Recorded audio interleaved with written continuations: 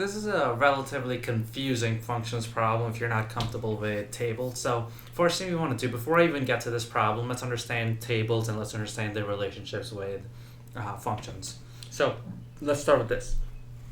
Based off of this table, I'm going to ask you guys to answer these questions for me.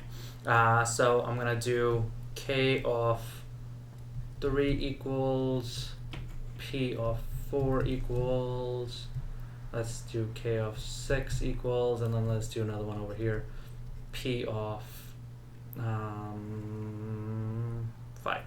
Okay, so k of 3.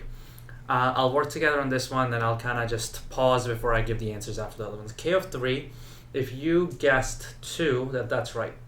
So k of 3, whatever's inside the parentheses is your x value. All this is saying is go to your x values, figure out where the 3 is, so the 3 is right there. And if it's saying k of 3, then I have to look in the k column, so k of 3 is 2. Similarly, let's check out p of 4. P of 4 is saying the x value is 4, so let's look at the 4 there. There's a 4 there. And now I'm looking at the p value, so p of 4 would be 9. Similarly, if I go to k of 6, looking at the x column, k of 6 will be 8. And looking at p of 5 will be, so looking at the x column again, but since it's p of 5 will be 3. Rewatch that, go back if you need to, make sure you understand that, otherwise this problem's not going to make any sense. So if you're comfortable with that, great. Let's move on to the next step. So now the question you're saying is g plus 1 equals p of 5. And the question's asking me for k of g. Let me rewrite the k of g over here. So I'm looking for k of g over here.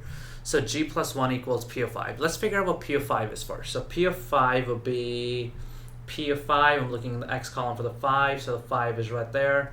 And p of 5 will be 3. So I know that this value right there is the same thing as 3. So let's replace that. So g plus 1 equals 3. Now I'm going to solve for the g. So subtract 1 on both sides. That will leaves me with g equals 2. So now I know the value of g is 2. The question's not asking me g. The question is saying what is the value of k of g. So now I know that the value of g, or that variable, there's 2. So let's replace that. So really the final question here is what is the value of k of 2.